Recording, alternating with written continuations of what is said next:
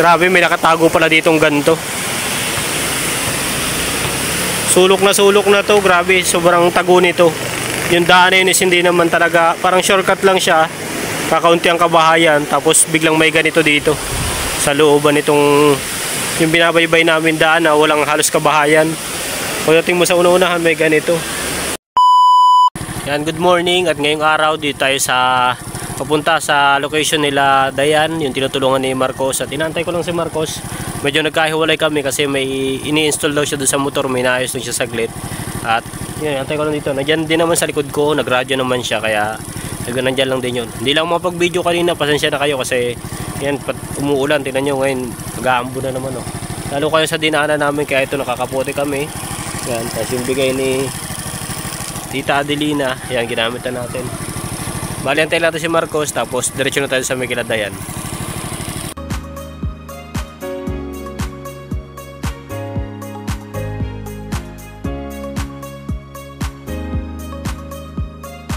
Tanggal muna tayo ng kapote natin kasi bisang basa. Sigurado basa na naman loob ng damit natin ito. Sabi ko na. Basa din sa loob kasi tagos din kasi dito sa kapote natin. Oh, saka kung hindi ka man babasa sa ulan, sigurado basa ka rin sa pawis sa loob na kasi sobrang init ng kapote. So yan, kakatapos lang namin mag-interview dun sa may pamilya ni Dayan. At wala si Dayan, nagpasok sa school. Kaya siguro pag walang pasok, babalik kami dito. At papunta kami sa isang dito, mga kabahayan sa unahan nila Dayan. Dito lang din, malapit lang din. Tatawid kami ng tulay para mag-scout. Tingnan kami ito, baka may mga pwede ring matulungan.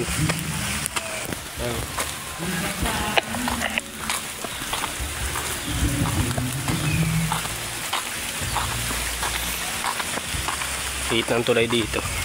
Umuulan na naman. Kaya tayo ay nakapote kasi para uulan. Ay, mga simentado ay.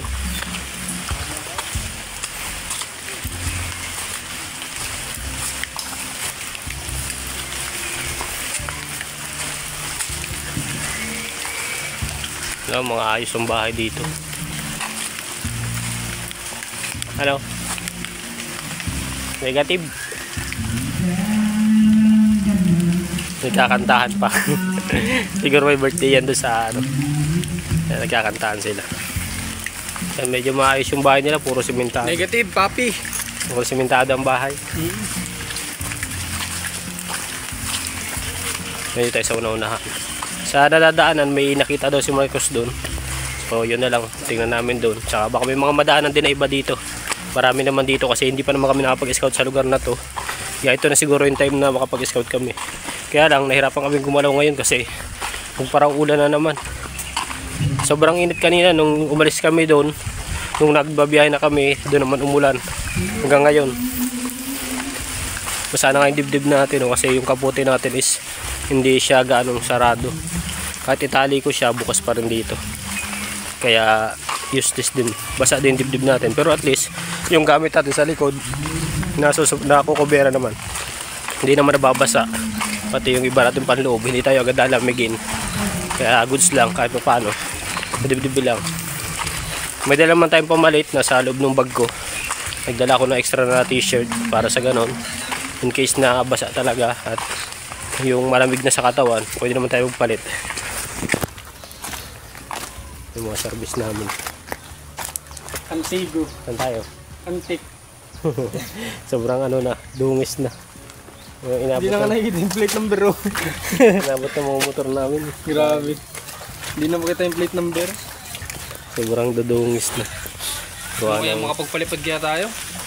Wala naman ulan. Tayin-tayin natin konti. Natila lang kami ng ulan. Palipad kami ng drone dito para makita nyo yung location nila Dayan. Grabe. Suma ng panahon. Kaganda-ganda lang kanina pag-alis natin ay. Kaya nga kanina yung kaputi ko ay nasa loob na ng upuan, hindi ko na ginagalaw. Araw-araw na lang ganito. Tapos paglabas namin, siguro mga 30 minutes yata kami nagmamaneho. Pwede doon sa isang barangay. Doon na nagsimula na yung ulan. Tigil kami sa tabi para magsuot ng kapote, tapos diretso kami dito. Umuulan. Okay naman at sanay na. Ilang araw na kaming ganitong dinadanas kaya sanayan na lang talaga. Pero di na ako magtitiwala sa sunod sa init. Hanggat hindi dumadating yung March, talagang dapat lagi ka nakakaputi dito. Kaya hinubad mo kanina. Hinubad ko na kanina. Pala ko okay. Kasi kanina may nadaanan kami medyo nag-init. Ang ginawa niya, hinubad niya yung kaputi niya kasi nga daw mainit sa katawan. Pawis naman yung sa kanya. Pagdating sa una-unahan, nung inaantay ko siya kanina, yung pala yung inaano niya, yung pala yung ginagawa niya, tatagal ang kaputi. Pagdating niya doon sa may parte sa may sa akin, umulan ulit. Kaya ayun. Basa-basa na naman. Bigyan ko at safe lagi kaputi. Malakas yung bigay ni Tita Adelina.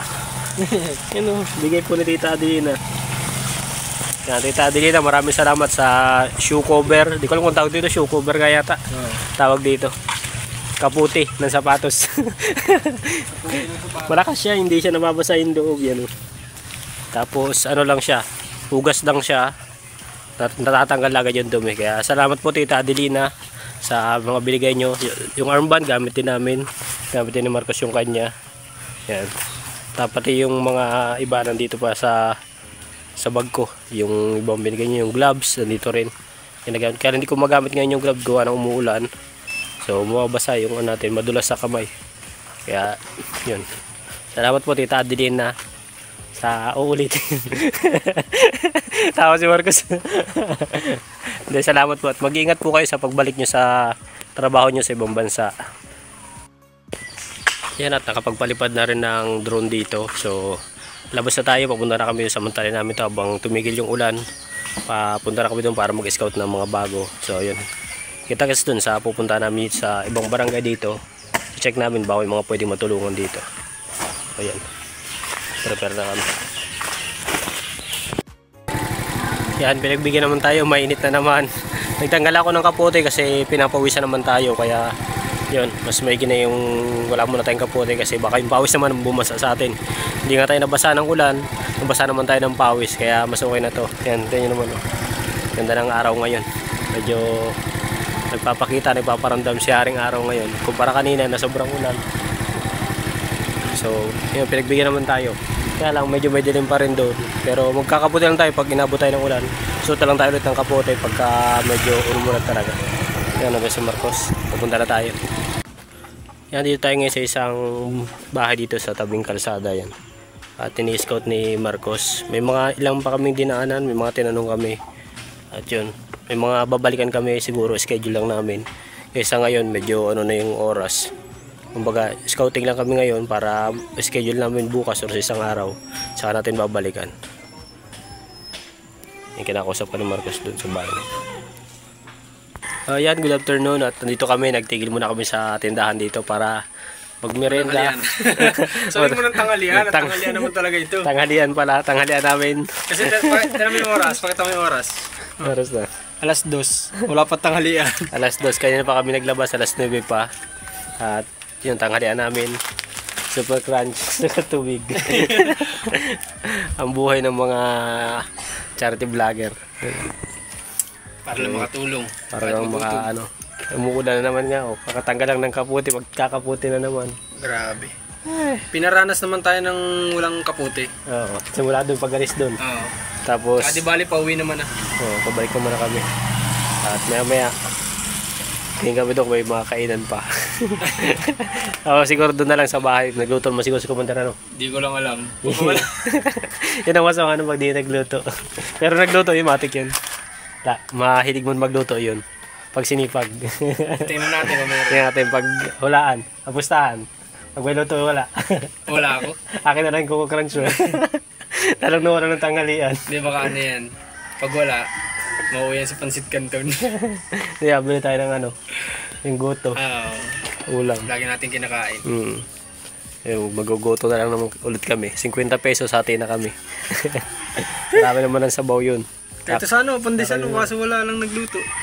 Wala naman. Nakaano pati. Tayo daw matulak. Tayo di maglako. So ayan, magtanghalian muna kami. Merenda na ito, tanghalian. At yan, tapos na tayong magmerienda.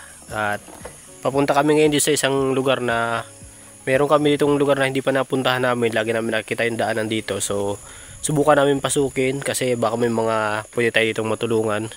Although galing na tayo dun sa barangay, dun sa lugar ni Dayan. Ito, hindi na nila sakop ito. Hindi na sakop ng barangay nila ito. Ang nakakasakop na nito ay Labo. So yan, didiretsoy lang namin yan. Ang labas daw niyan is highway na, pero 15 minutes pa yung babiyahin namin bago kami makarating sa highway. Yan. Highway na papuntang Manila. Yung lalabasan yan, itong shortcut na to.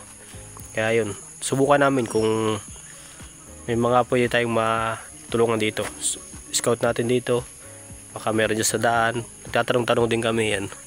Si Marcos nagtatanong dyan. Sa lugar dito may mga nadaan na kayong mga bahay na maliit, pero mga ano yun, bahay ng manidi. Kaya yun. Walang tao. Check namin sa unahan. Walang tao dun? Wala. Check natin sa kabila, sa unahan. O yan. Punta muna kami sa unahan.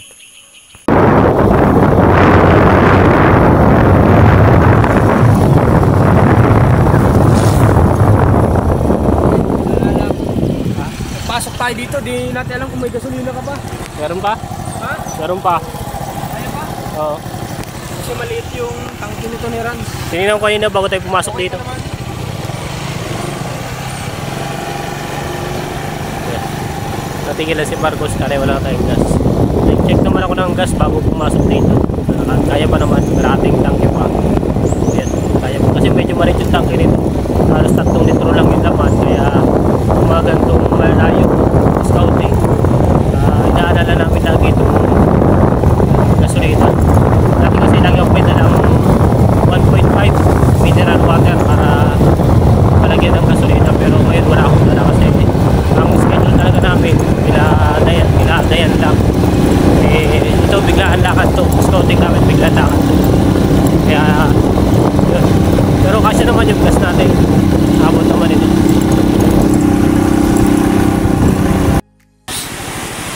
So yan, nauna lang tayo kay Marcos ng ilang pero nandiyan siya sa likod. Susod na natin, may tingnan na siyang ilog doon, pero hindi niya alam may mas maganda dito. Tingnan niya to. Yan o, grabe, ganda ng ilog dito. Tsaka mayroon talaga ditong paliguan, yan o. Napakaganda lang dito. Daming naliligo. Ganda ng tubig oh. Napakalinaw. Buti pa dito hindi nabaha. Yan, may cottage dun oh.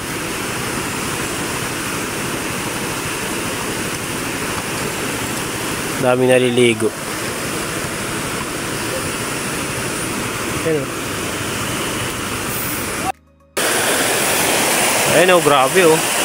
Kaya lang sabi niya, nasira daw ito ng bagyo. Marami pang cottage dito dati, doon sa unahan doon. Saka dito may cottage pa. Kaso nasira na rin ng bagyo. Ayun man oh, ganda oh. Talaga sinadya siya. May develop.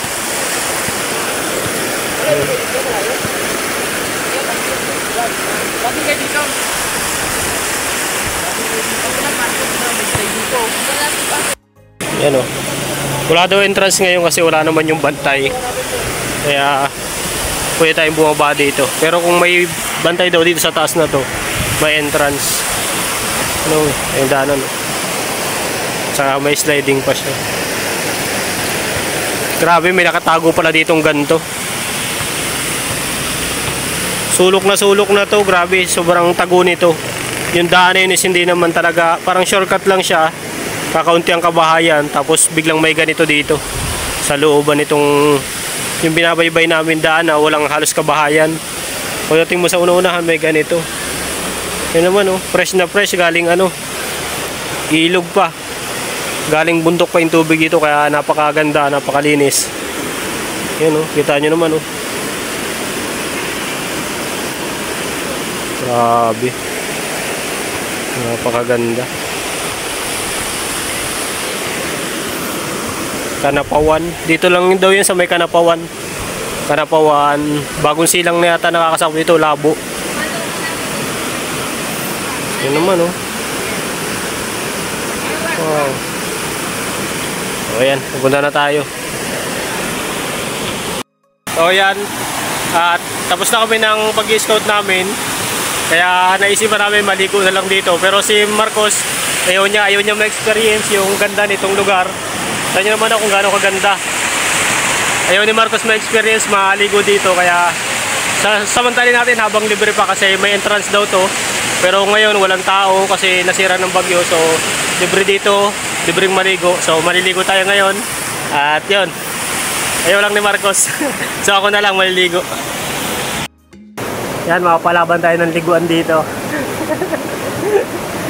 Patanggalan, dapat tanggalin. Tanggalan, dapat tanggalin. Tanggalan, dapat tanggalin. Damit mo, warin yung basa. Pamalit muna ako dyan. Kamsong.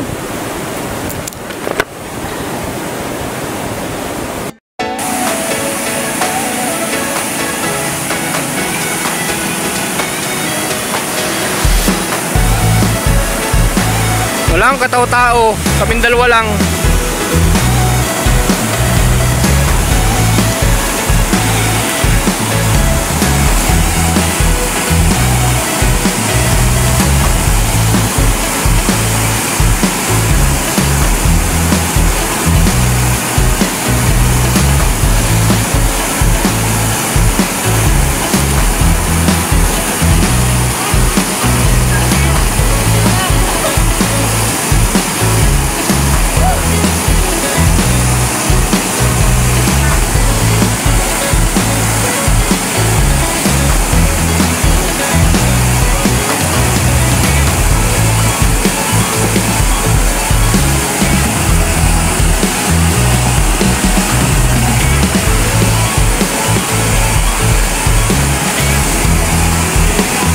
Ha? Parang ang lakas ay.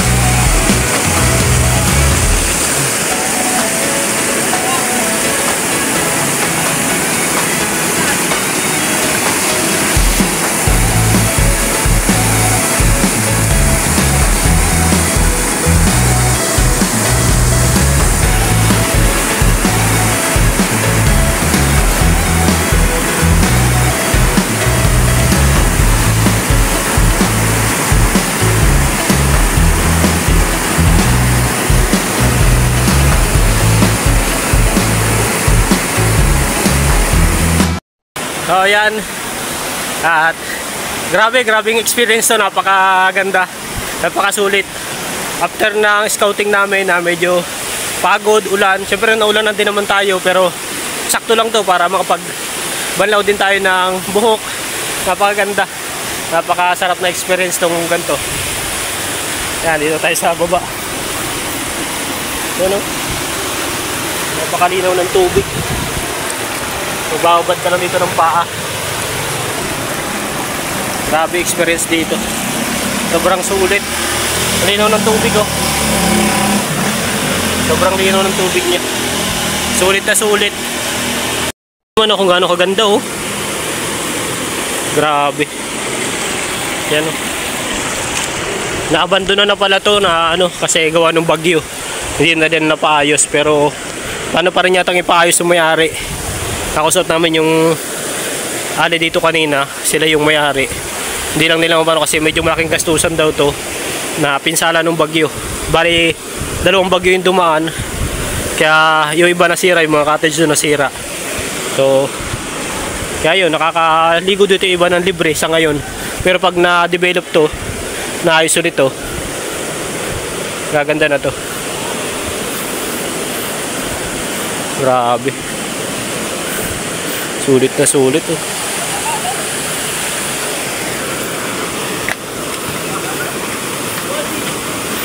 Sulit na sulit ang ligo.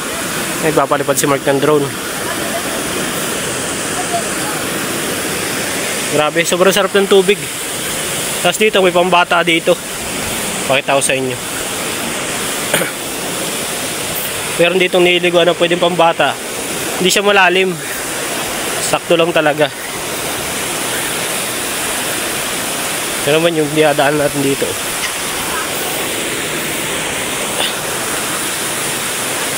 Yan, bawat ano may hagdan.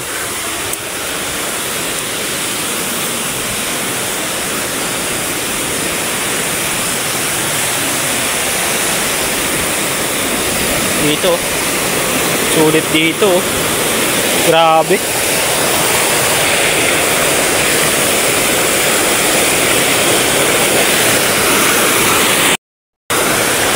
Yan o. So pwede siya pambata kasi mababaw lang siya. Ano ko tayo, napakababaw niya, pwede pambata. Hindi delikado. Yan o. Grabe, ganda o. Dalawang ilog yung pinaggagalingan ng tubig niya. Meron dito, saka meron sa kabila. Malinis naman siya kasi bundok ang pinanggagalingan, hindi naman kabahayan. Kaya napakalinis. Ano? Grabe. May sliding pa dito. So ayan, balik na tayo.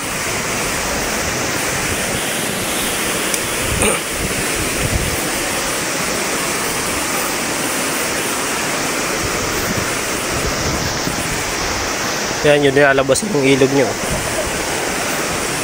May hagdan din dito. Meron sa kabila. Pag magbababad ka lang ng paa, pwede dyan. Saka dito.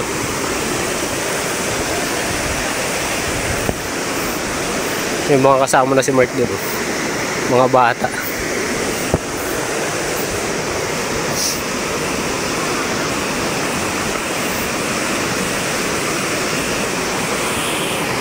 So yan, tapos na tayong maligo at yun, all goods. Grabe, napakasarap ng tubig. Best experience to. Yung gantong pangyayari na galing kami scouting tapos napaligo tayo ng di oras. Pero goods naman, napakasarap naman. So yan, pabalik na kami. Tapos na yung scouting namin. Bali, naka-schedule na rin mga scout namin. Babalik ka namin pag hindi bukas o sa isang araw. Depende sa schedule na available namin. Pupunta natin yung mga scout na yun. So yan, papunta na tayo. Grabe, thank you dito. Nakaligo tayo ng magandang ilog ng libre. So yan, gusto mo. Alright, at nandito na tayo sa bahay. Yan, mag-alas 6 na ng hapon. Kakarating lang din namin nila Marcos. So yun, pahinga muna kami. At mag-visit muna ako kasi medyo napasarap yung ligo natin doon sa pinuntahan natin. Kaya ito, magbabanlaw muna ako tapos diretso mag-edit na rin. So yan, maraming salamat sa inyong lahat sa pagsama sa vlog natin, sa panonood ng vlog natin. And mag-ingat kayo palagi at yan, God bless sa inyong lahat.